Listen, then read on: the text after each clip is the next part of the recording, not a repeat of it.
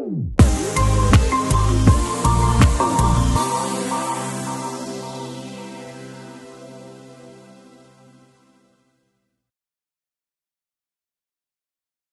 me thank, on behalf of my firm, Elvinger Prussen, and on behalf of Deloitte, a number of those who helped in organizing this conference. First of all, my thanks go to the speakers and moderators who obviously made the success of this conference. My thanks also go to our sponsors, Capital Group, Carne, FE Fund Info, Curtis's, Morningstar Luxembourg, and SDL. Thank you for their support. And then thank you to all those who helped organizing this conference. It was the first time that we organized a virtual event of this size, and it was really a challenge, but I'm glad to be able to conclude at the end of a long day that it all went well. But my special thanks go to all of you who attended the conference today. You were 1,330 attendees during the day today. Thank you for being with us. Thank you also for your many questions, where your active participation was very appreciated. On that note, Yuri, I hand over to you for your closing remarks. Thank you very much. Many thanks, Jacques, for your kind words, your remarks to close the event with, and for the kind sponsorship of both Elvinger Prussen and Deloitte for our 8th annual Cross-Border Distribution Summit. Thanks also to all our speakers and panel moderators today for doing such a great job.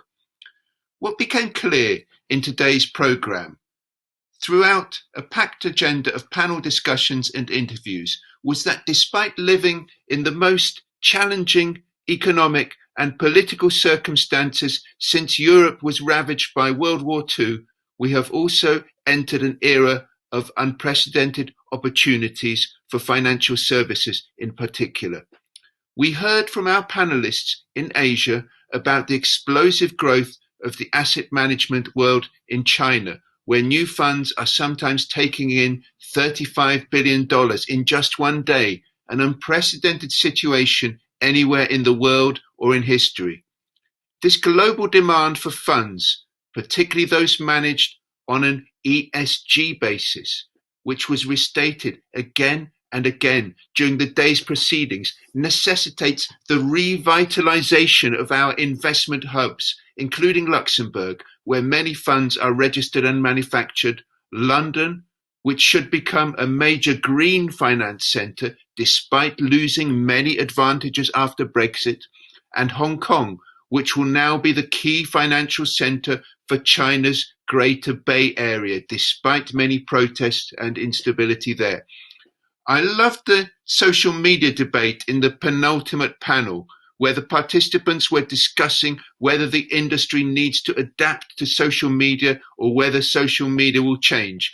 Now, I was talking to my 13-year-old son the other day. He was looking very low down in the dumps. I asked him why. It's because he's a strong follower of Reddit and identifies with this platform. We are at war, he told me. These hedge funds are trying to destroy us because we are sticking up for a company called GameStop, and we're not going to let them get to us. So social media, I'm convinced, will play a powerful role in transforming asset management, especially when it comes to the next generation. This 13-year-old already has an idea of what asset managers and companies did through his relationship with a social media platform. What became apparent during today's panel discussions was that despite the rivalry between financial centres in Europe for post-Brexit business, there is a much broader global landscape out there where London, Luxembourg, New York, Hong Kong and Beijing can all coexist and prosper in the financial services ecosystem. Speakers talked about the catalytic effect of the COVID crisis in 2020, the year which ESG investing really hit the mainstream and digital delivery of financial services became de rigueur. For me, the word that really stands out when it comes to financial services, which was pronounced several times today, is democratization. This was at the heart of Luxembourg's success when the UCITS directive for cross-border funds distribution came into force in the late 1980s, and central to London's blueprint of the city becoming the world's leading financial centre when barriers came down after Big Bang at around the same time, opening the doors to foreign banks and labour. Sadly, these barriers are now going up again after Brexit.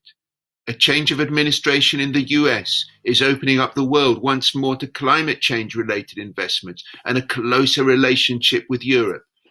But as an industry, there is much we can do behind the scenes to improve interconnectivity between financial centres and fund managers, between banks and fintechs, old and new economy, baby boomers and millennials.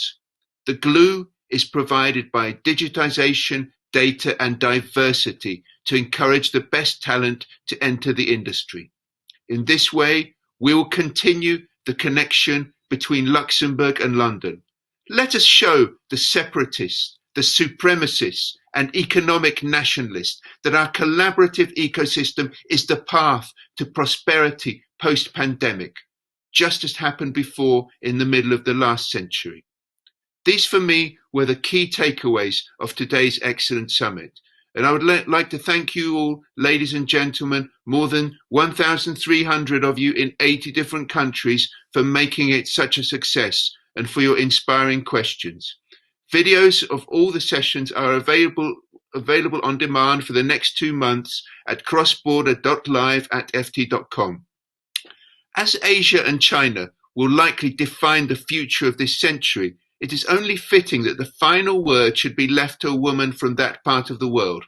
Our first panel this morning featured Amy Cho, the APAC Chief Executive Officer for Schroders, who is a great advocate for both diversity and social investing. She once gave a very evocative description of a leader's role in asset management. The workplace is like a dance floor, said Miss Cho. As the host, the senior leader makes the move to take everyone to the dance floor and is obliged to make sure everyone feels safe and comfortable while enjoying the dance together. This is also the role of our financial hubs like Luxembourg, London and Hong Kong. They can be playing this role in the fund distribution sphere, uniting tech companies, asset management, distributors and manufacturers in the era of the social revolution to make sure we can all dance together in a socially distanced way, of course. We look forward to seeing all of you at further FT events, both virtual and physical. I'm Yuri Bender. This has been the FT Cross-Border Distribution Summit for 2021. Thank you and good night.